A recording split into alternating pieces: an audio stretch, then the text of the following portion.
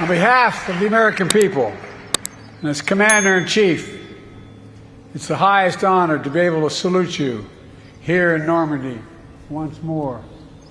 All of you, God love you.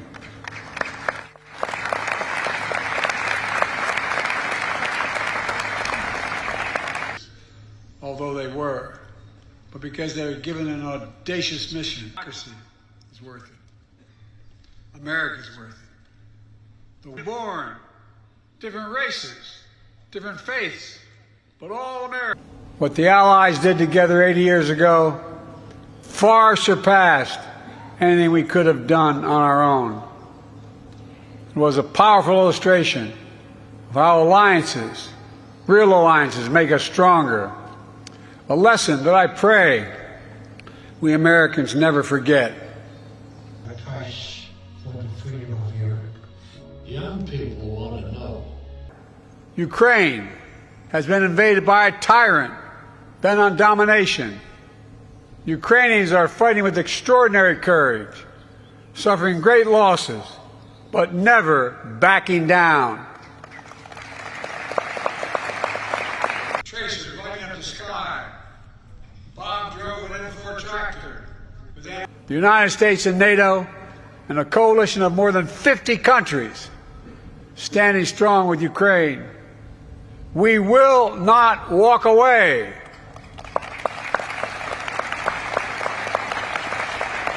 Because if we do, Ukraine will be subjugated, and it will not end there.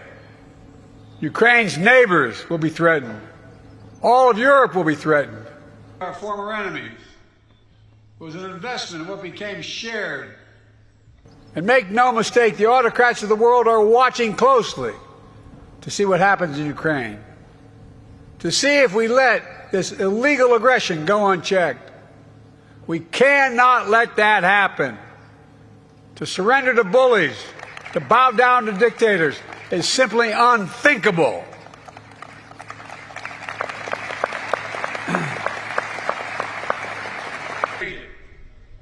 The largest force ever of its kind, built by 12. Make no mistake, we will not bow down. We will not forget. Let me end with this.